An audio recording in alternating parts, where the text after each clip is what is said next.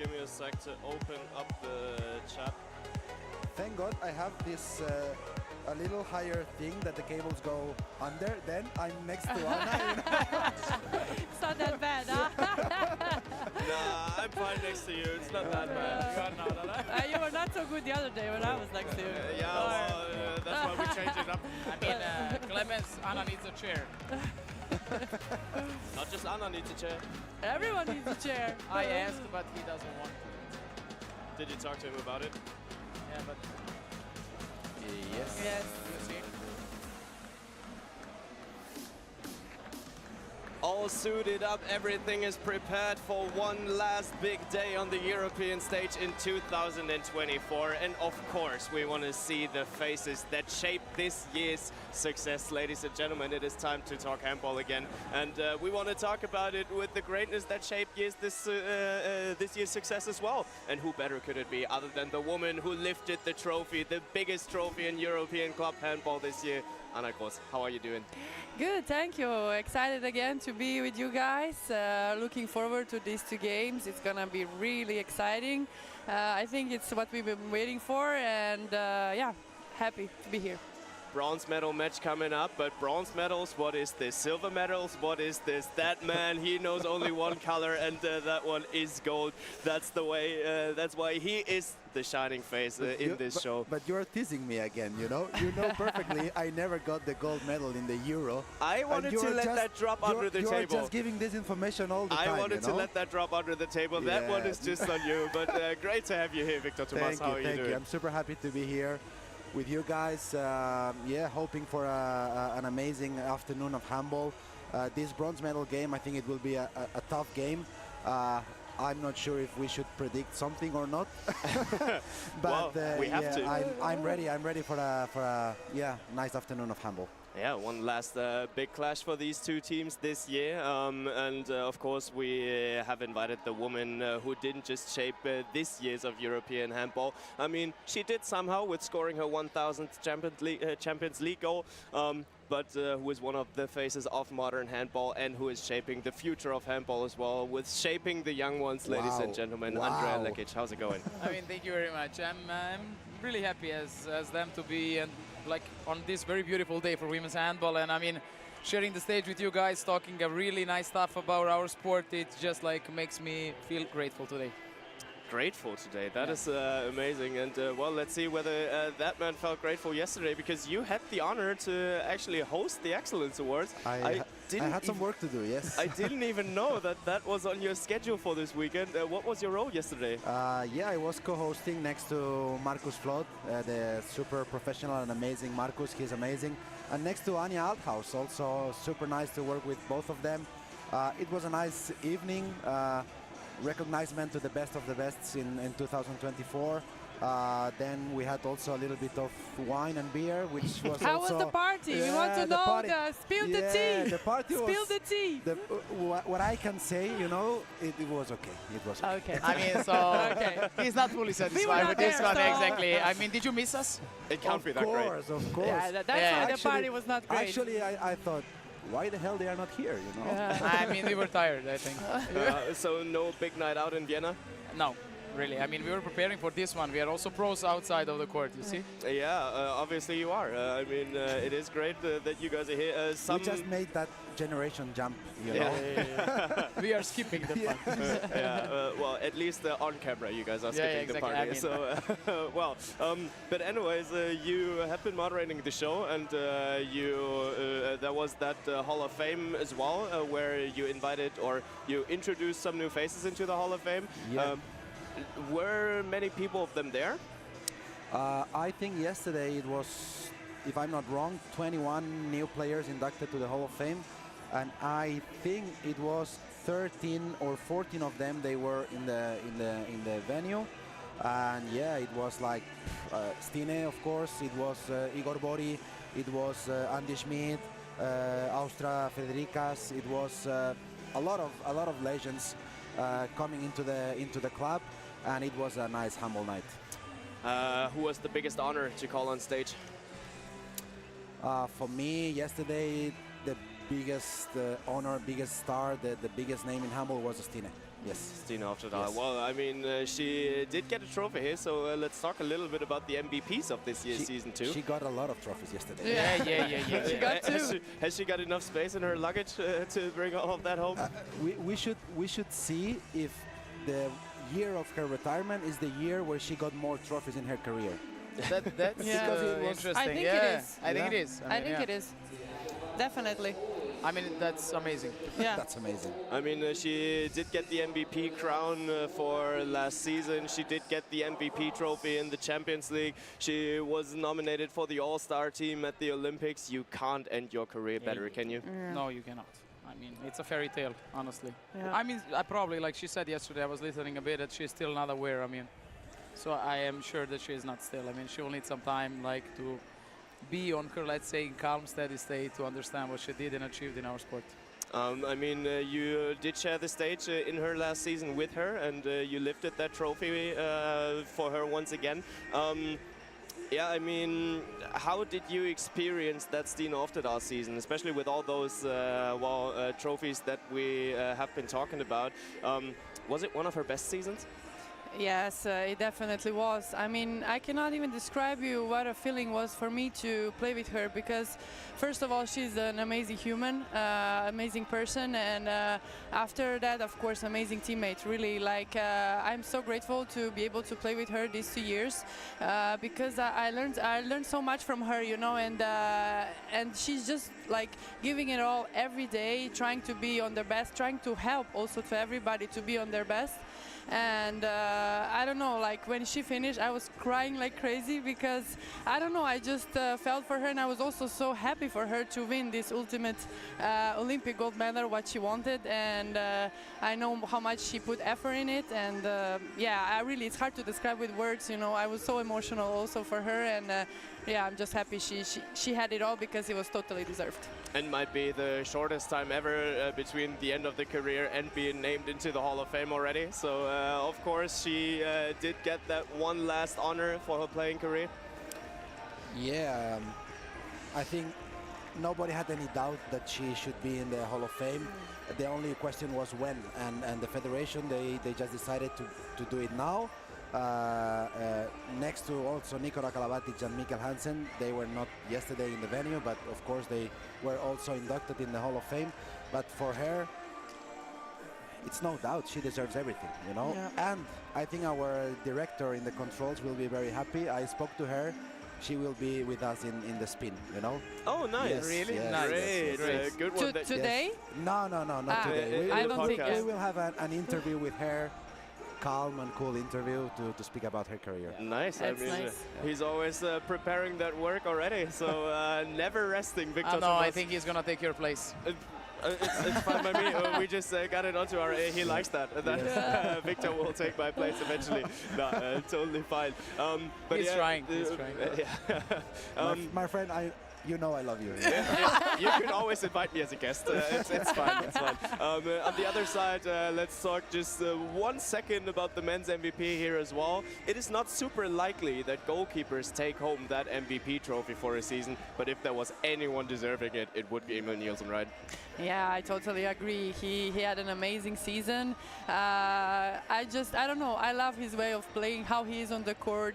He's just like, in a way, he has his own style, but he has this really good and big energy that he puts to the team, and I think it's totally deserved. And when a goalkeeper like him makes such a difference in the team, it's no question about being an MVP. Yeah, and I mean, did he set the standard now, what it takes for a goalkeeper to win that MVP trophy, win the Champions League, win a Euro medal, go to the Olympics final, save basically 50% of the balls that are coming to your goal? I don't know what to add anymore to this one. I mean, he set the standard, but we have so many outstanding guys, goalkeepers, who are really like already many times MVPs, and I completely agree. Why not? They are also positioned in the team. They have to be MVPs, like. So. I really love when he makes a save that it looks like easy and it starts like. No, He looks like a not super with me. sympathetic guy. I don't know him, but he looks Yes. like that. Yeah, he truly is. We did have him in our podcast, and it's always an honor and great to talk to him. He's This super game nice. arrival with this cool jacket and Oh the my hat, God, you this saw is it. what I remember. the best one. He took it to the next level. We did. Talking about players taking it to the next level, we want to have a look at the team of the season that has been awarded yesterday, not the team of the tournament that will be presented by Lido. That one was revealed yesterday or this morning, I think, too. But we are going to talk about that after this matchup.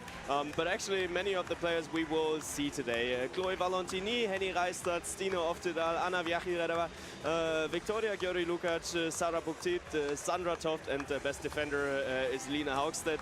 Do you miss anyone in that lineup, Anna? No, I mean, it's all deserved by everyone. All these players, they had a great season. So, yeah, I think it's deserved and no question about it. And that's it. And I mean, Henny Reistad, she was crowned as the best left back last season. In this tournament, I can spoil that already. She did get the best center back. Is she the best on both positions? Obviously she Yes. is. I mean, she's playing now center back. Also, mostly Stina is not here, so she's really giving her best, and that's why now when we are talking about the numbers and goals, what she scored here, that's not the equal like the last one, because it's normal. You know, she needs to take a role of, let's say, a person who organizes the game, and it's not easy to be focused on both, let's say, both ways, scoring and assisting, but she's equally good. So, I mean, like Anna said, it looks like she's constantly learning and getting better and better, and we can say that she played a really amazing tournament on the middle back position. In the goalkeeper position, we see a goalie who didn't make the cut to the Euro initially, Sandra Toft. Did she earn that trophy for the best goalie last season with that one save she made in the semi-final? Exactly what I wanted to say. It was, of course, not just that. You know, she also had a great season behind her. I know how much Sandra also puts effort in it every day. You know, she's just a perfectionist and she wants to be at her best all the time. But for sure, I will never forget this last save. It gave us the finals and at the end also Champions League title. So yeah, I'm just grateful for her, and that's it. Cool. Then let's conclude it here with the Excellence Awards from yesterday and look a little over to the matchup that is just being prepared behind us. It is France against Hungary. There is always those little talks about how important is that game in the end, but especially after our talks yesterday on the couch here with the media call, I do feel like there's a little more spice to it this time. There is. I mean, I think France is a bit shaken, of course, after a defeat, and I could see also, but they were pretty honest yesterday, and they said that they're really expecting a tough match. They don't want to compare it, of course, from the group phase, which is completely somehow expected. So I do expect a different match in one way, but it's also normal. I mean, it's a bronze medal match, and also we will see, and I think Hungary will also try to pull it up as much as they can, as we can see also Semere is on the goal. So Hungary today is going to look maybe a bit different. Yeah. Go Sorry, ahead. No, and go I ahead. think we need to put up also the last Euro. It happened mostly the same with the Montenegro team. They played against them in the group or main Yes, round, I think, and they won after it, yeah. easily. Like it was the case a little bit with Hungary, and then they played against them again for And the they third lost, place, and they exactly. lost. So I think this time they're not gonna try to do the same mistake. Yeah. I mean, like for sure they're gonna do everything to learn something from that. Yeah, we will come over to the predictions in a little bit. I mean, we still have some time left. The chat is wondering whether we will show the match. Unfortunately, we don't because the broadcasting rights are given away. But you can, if there's no broadcasting contract in your country, you can actually see it on EHF TV. So make sure to drop in over there, and then you can watch the match here. But we will analyze it ahead of the match, and then after the match we will be back, of course. Yeah, so there is, of course, the hunger for Hungary to actually finally win a medal. You said it already, that there was that matchup last Euro when Montenegro faced them in the main round already, and they lost it in the group stage. Do you reckon there is a big chance for Hungary to actually take it home now? I think it is. I think the chances are equal, even though we already said that France is the favorite here. But I think also they learned something from it. They also played friendly games against France. They know how to win against them. So and we cannot forget they have the support of almost all the arenas. So I think Hungary, it's not going to give it away that easy. The fans, they are taking this game seriously. So if we're talking about that, did you hear when the fans entered the arena here, the Hungarian ones? They always make themselves, notice when they enter to the arena with this. What I really like about them, and it's also happening in Besprem especially, is that after the game, all the players, they get together and then they sing the Hungarian anthem. It's a special moment, and it's something I like, this connection between the team and the fans. It's important, and it's something that Hungary has in their national teams. And the fans of Hungary, they are always an important part of the game. Goosebumps guaranteed today, that is for sure. So we'll see how that one will end up, whether they will sing the anthem with a medal around their neck or not. They will sing it anyway. They will sing it, but the question is whether there will be a medal around their neck. Same question is here for France. I mean, what can they take out of that matchup?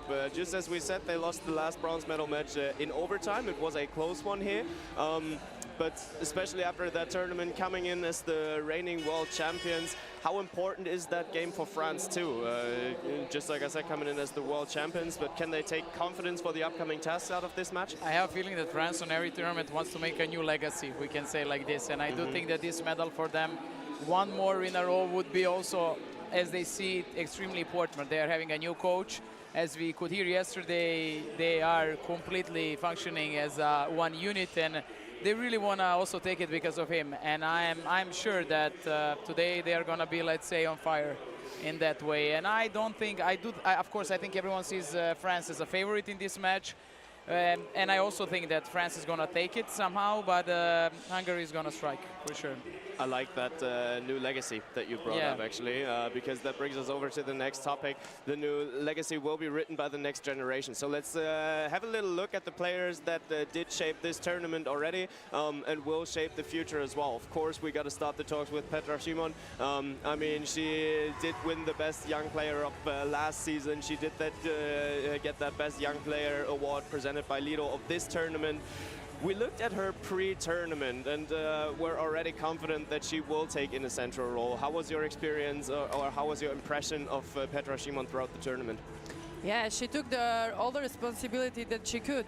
You could see that the coach trusts her, which we already knew from before. She always got a lot of opportunity to play, so this time also. And every time she came in, she gave something to the team, you know. So she was a really good changement for Petra Vamos, or maybe also sometimes she was in another position. So yeah, I think she's a very special player. She has a bright future in front of her, that's for sure.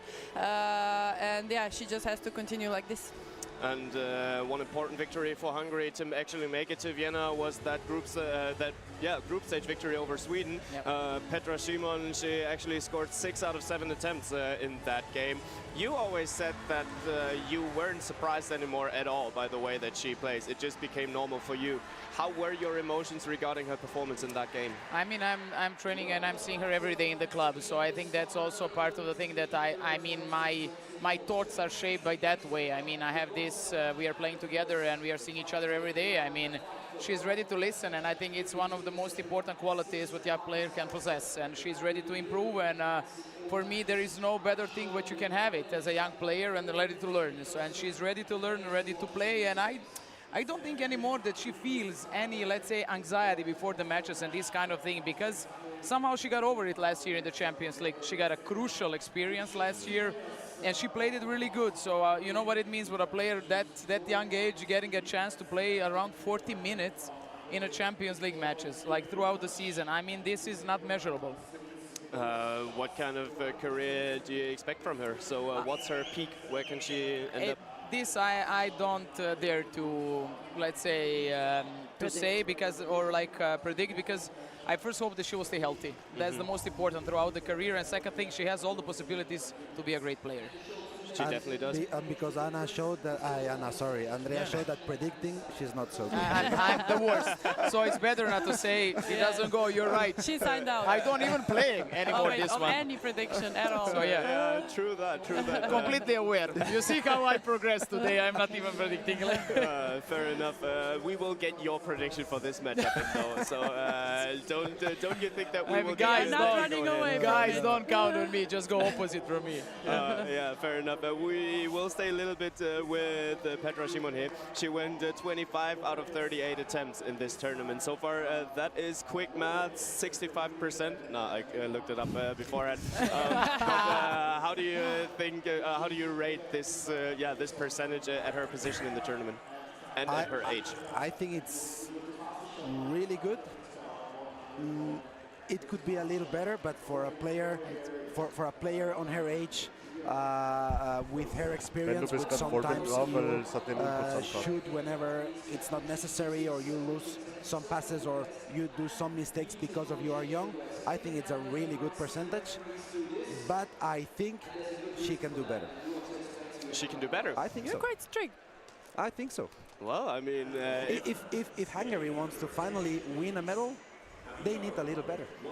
But she will do. That she will do. I mean, she will lift up also the number of the assists as a playmaker, and like organizing the game. This is the part of the game where we already spoke. I mean, about this part of the game, that there is a lot of like room for improvement for her in this part of the game. Don't misunderstand. She's really good. She's a super player, you know. But I think, for what I see, she can do a little better. Yeah. I mean, she will do. Yeah, and on the other hand, with her in the central role, will Hungary be able, throughout the upcoming generations, to form a squad that is actually able to compete for those biggest trophies, talking Euros, talking World Championships, talking Olympics? I'm convinced. I mean, half of this team are gonna stay together playing next 10 years. So I do think that they already formed the generation which can follow up throughout next competitions. But the thing is also, like, they are investing for so many years already that I would say not a finally, but they got a generation that they can rely on. And this is the generation that we are having opportunity to see. No doubts. And especially this generation, for you playing in Hungary, for you having played in Hungary, do you feel like there's a spark going over to little girls wanting to play handball as well, and that they and these girls can be, a role model?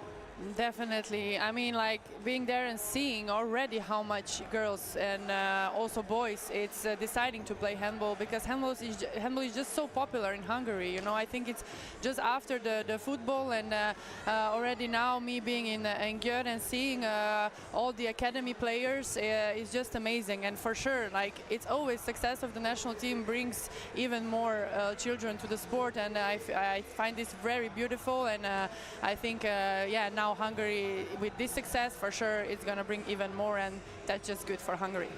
Is Petra Szymon at the right place at the right time right now, or do you think that at some point it will be time for her to switch clubs? I don't think that she's thinking at all about that. I think she fits perfectly and she's in the right position. I mean, all the rewards are saying this, that she's in the right place. Cool. Then we'll see. And let's look over to the other end side, because there are some young players that are shaping this generation as well, coming here from the French side. Well, let's start with the line players here, Pauletta Foppa and Sarah Buktit. Both are in their early 20s, and at what stage of development do you see them right now? That's difficult to say. I don't see them training every day. But I think they are still both room for improvement. They both have room for improvement. But as we said the other day, I think they are both right now the best line players in the world. The most complete players, I would say, you know, because in my opinion, for example, Bracet is a very, very, very, very good defense player, but in attack, I miss a little bit something from her. And in my opinion, Pauletta Foppa and Sarah Buktit, they are both very important, both in their teams and also in the national team, in both sides of the playing court, in defense and also in offense. What will be important for these two ladies in the upcoming years? Because, as I said, they are both in their early 20s right now. Well, and I mean, obviously, most of the time, there will only one of them being on the playing court. Yeah, I mean, like now they are both playing in different clubs, so they having like mostly 60 minutes per game. So I think, but I think I consider Fopa already one of the experienced ones. I mean, she's there since she was 17. So, like also when I see her play, and also I played with her, and I know how she works. She's such how to say, a person that doesn't stress at all. For her, handball is just fun, and honestly I'm a bit jealous of her in this character of hers, because she's just like taking it easy, you know, and just by the way winning medals and these kind of things, you know. So yeah, I mean, like, but both of them really have a bright future still. Like Andrea said, also for Shimon, just important they stay healthy and playing the main roles in their clubs, and the future is just bright for them. But they need to keep up the level of motivation and the level of discipline. I mean, they reach so much now. Now it comes to that, how much hungry you will stay to achieve more. If you are really the one and the right one, then you are going to push it as much as you can. I mean, but the discipline is the key, definitely. On the other side, France did have a hard time against Denmark. I think the only one that actually went for 100% was Pauletta Fopa on the line. She did have a great game. She went for 4 goals in 4 shots. We did prepare some video for it, so we might be able to show it to you. What makes it so hard to defend her, even though she was in double coverage most of the time? I want Anna to correct me if I'm wrong, but I heard that she was playing a middle back before. I don't know if you know this, maybe. but I heard this, and it can I'm be not sure, seen. but maybe I heard it also. It can be seen in some moves what she does when she goes even one-on-one, taking the ball as a back player, then attacking fully towards the goal. I mean, that's not so often to see with the line players, and that's one of the characteristics for her, that she feels the space maybe a bit better than the other line players. There is an unwritten rule that you don't pass a ball to the line player in a fast break unless it's for Exactly. You know? She is one of those players, even though she's a line player, that can make a good decision, you know, in a fast break. Yeah, the backcourt is stacked with young players as well. One of them, Lena Grandot. Many talks were there around her before the tournament. She didn't entirely grow into that role in this tournament already, but will she be the future of the French backcourt? I mean, she is the future for sure, but she already also had won some medals. The thing is that Lena Grandvoort here is playing mostly on the right back. I don't think that this is her native position. I think she's fulfilling now the space that she has to. I mean, she has a huge opportunity to grow and to learn, but she's playing good there. I mean, she learned a lot through this, 3 years, how long she's there. But I think that Lena is a middle back. As I can see her in the club playing a middle back, it's a completely different player. So I think it's not easy for her to step in the role throughout the season playing a middle back, then she's jumping to the right back. And I was also honestly surprised. She got a lot of minutes in the match against Denmark, for example, and Estelle, for example, didn't play that much. So I do think that they are really counting on her and giving her all possible credits because probably they're building the future on her. And the generation timing, it's different in Hungary or in France, you know. In France, we still have players like Nzeminko, like Gras, like Flip, like Kanori also had there. You know, so in Hungary, it's like they needed these young players to have a lot of minutes in the playing court, and in France, it's still not the case. But she is, as Andrea said, having a lot of minutes. The confidence is there, and I think she has a super talent. Yeah, and that she has talent, she did prove that in the game, I think it was against Montenegro, where she went for 4 out of 4. And then we compare it to the game against Denmark on Friday, where she went 1 out of 4. So she does have that potential to go all the way. How can you improve your game so that you step up in the big and important matches too? Yeah, that's a good question, because each person has different approaches and different ways, you know. So I don't know her so much as a person, so I don't know how stressful she is before the games or these kind of things, you know. But I think it's totally normal to have these ups and downs during a tournament, especially if you're a young player like this, you know. So we cannot expect from her to be stable all the time. This comes also with years, with experience, so and with learning. So she for sure learned from all these games, being good or being bad. So she just has to continue like this, have enough confidence, and yeah. Also, I have to say say, I think in the club maybe she doesn't play so much, you know, like she was in Nantes where she got a lot of opportunities, but now she has Petra Vamos on her position, so that's also hard, you know. So yeah, I think also all of this confidence, it's also coming how much you're playing in the club. So yeah, I think also depends on that, and but it will be good for her for sure. Petra Vamos in her position is surrounded by the likes of Anne-Mette Hansen, Laura Fliep, Sarah Bouktit. Is that the right surrounding for her in this stage of development? I mean, you cannot ask for more, as Lena is having a huge opportunity. I was talking yesterday to Anna.